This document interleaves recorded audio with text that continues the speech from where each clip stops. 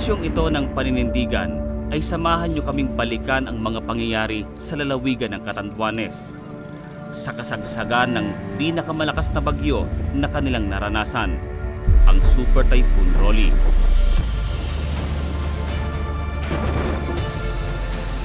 Sa harap ng mga pagsubok, ibabahagi ng mga ministro ang kanilang naging paninindigan sa pagtupad sa tungkuling sinumpaan.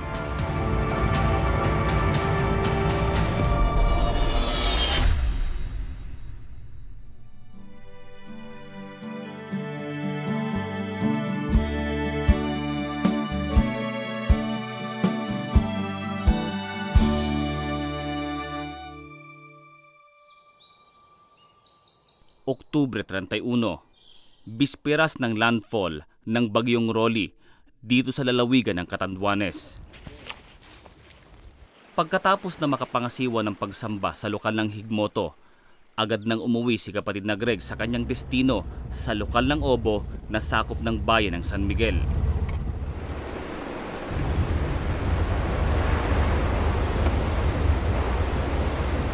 Mga bandang alas 8 po ng gabi, habang papauwi na po ako ng lokal, ay ramdam na po ang pagbugso ng hangin at ang ulan. Mabagal na po ang takbo ho ng sasakyan, mga bandang alas 10:30 ho ng gabi. Hindi na ho kayang salungahin ang hangin at saka ang ulan. Nakita ko po na medyo maluwag naman po yung covered court ng bayan ng San Miguel. Kaya doon po ako pansamantalang humimpil. Sa bagong covered court na ito, ipinarada ni kapatid na Greg ang kanyang sasakyan upang hintayin ang paghupa ng malakas na bagyo. Subalit sa hindi inaasahang pangyayari, ay gumuho ang gusaling ito.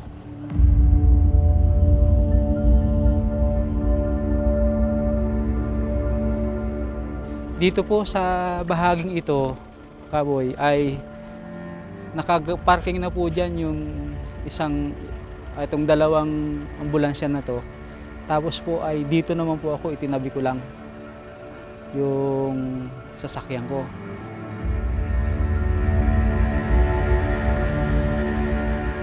Bago pa man bumagsak ang gusaling ito, sa kasagsagan ng malakas na ulan ay hindi inaasahang may biglang kakausap sa kanya. Nung ako po ay pumarada na doon sa loob po ng gym, ay nagmagandang loob po yung isang opisyalis po sa MDRRMO na kung kaya ko raw pong isingit doon sa pagitan po ng CR at sa pagitan ng Pison, ay mas maganda po roon at mas safe, nakatatago sa hangin. Itong pagitan pong ito, dito po ako nagparking. Kasabay ng paglipas ng mga oras ay ang lalo pang tumitinding pagbayo ng hangin at ng ulan. November 1, taong kasalukuyan, ay doon ako po naramdaman na yung malakas na pagbayo po ng hangin at malakas na ulan. May kasama pong kulog at kidlat habang nasa loob po ako ng sasakyan. Kalakasan po ng bagyo, alas 3 po ng madaling araw, ito po ang naging cover ko sa kalakasan ng bagyo.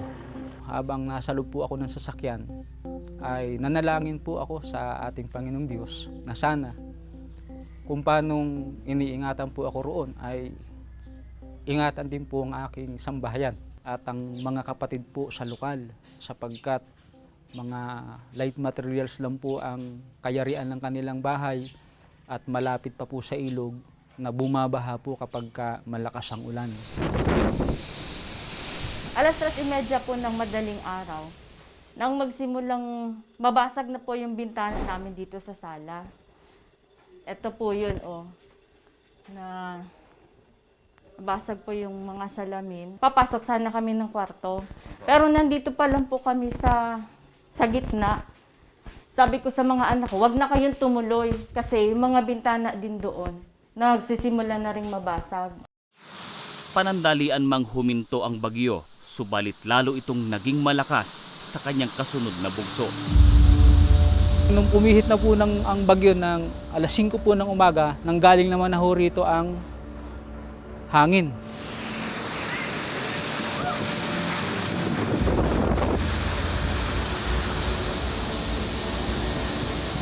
Noong ko lang po naranasan na ganun po kalakas ang hangin, na masasabi natin talagang super typhoon po siya. No, yung kulog niya, yung pagkidlat, at sa lakas po ng hangin, yung aking windshield po sa likod at sa tagiliran, nawasak po ng hangin.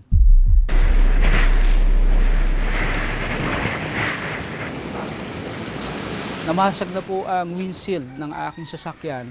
Nag-hide in duck na lang po ako sa tabi ng aking upuan ng sasakyan. At ginawa ko pong pananggalang sa ulo yung Americana bag ko dahil sa marami na pong debris ang bumabagsak. Ang panalangin ko lang po ay manatili kaming ligtas. Diyos na po ang bahalang magligtas sa amin. Mga panahong hindi namin kasama asawa ko. At siya din po kung nasaan man siya. Sa panahon ng matinding pagsubok na ito, naalala niya kung paano siya naligtas sa kapahamakan. Hindi ko po inaakala na yung gym na bagong-bagong gawa po at sa tingin ko po ay napakatibay ay hindi po umobra sa bagyo. Ito po ay bumagsak. Talagang maririnig po ninyo yung pagkalabog niya. Halos katabi ko lang po kasi yung mga slab na bumabagsak. At yung mga sasakyan po na dating katabi ko po nung gumarahe ako ron ay yupi-yupi. Ramdam ko po talaga ang pagliligtas sa akin ng Diyos dahil sa kung hindi po ako umalis po sa dakong ito ay yan po mismo ang babagsak sa sasakyan ko kung saan ako naroroon. Paghupa ng bagyo, ipinagpatuloy na ni kapatid na Greg ang kanyang pag-uwi sa kanyang destino sa lokal ng Obo. Naglakad na po ako sapagkat hindi na po passable ang daan. Halos 5 kilometers lang po. Pero binilang ko po yung oras ng paglalakad ko. Mula po alas 8 ng umaga, nakarating po ako sa lokal, 1:00 po ng hapon. Sapagkat yung dinaraanan ko po ay puro landslide na putik. Na kapag ka po tinapakan nyo, bumabaon po. Lampas po ng halos umabot po ng hita. Walang linya ng komunikasyon para malaman ang kalagayan ng mga nasasakupan niya ng mga kaanib sa iglesia. Nawasak naman ng baha ang nag-iisang tulay patungo sa sentro ng barangay. Wala ring masasakyang bangka sa pagkakataong yon.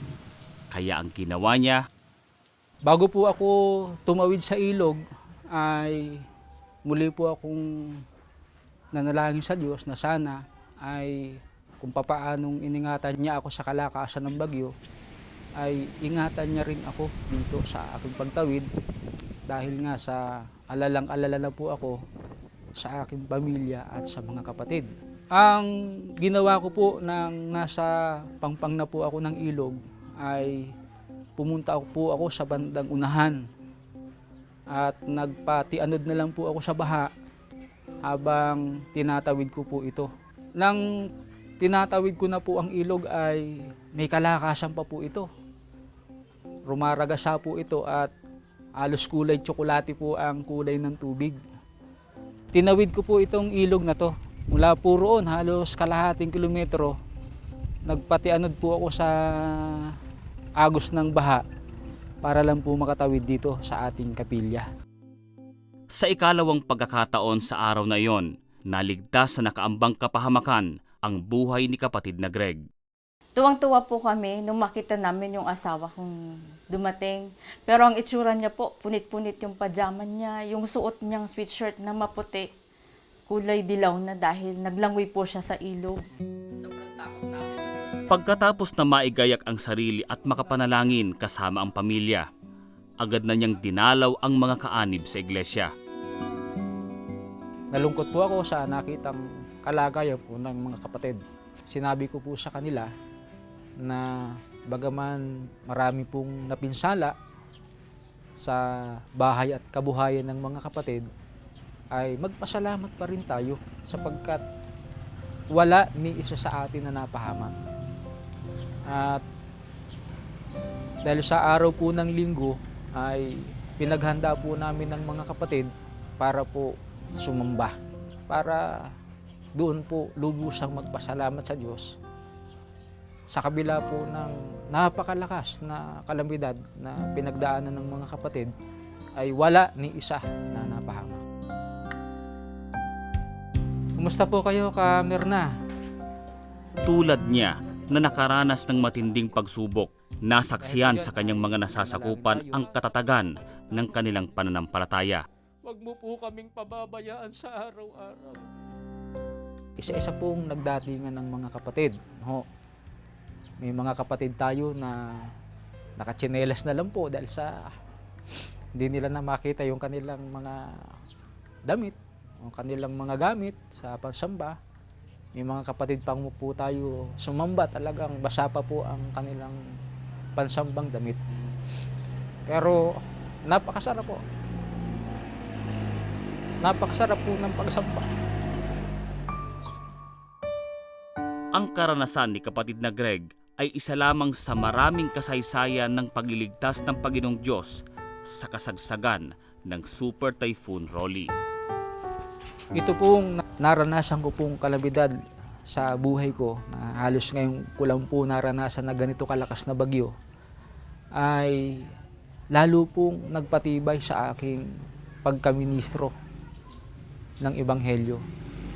Dahil sa lalo ko pong naramdaman ang tulong ng ating Panginoong Diyos, hindi lang sa aking pagkaiglesia ni Kristo, higit sa lahat sa aking pagkaministro sa iglesia.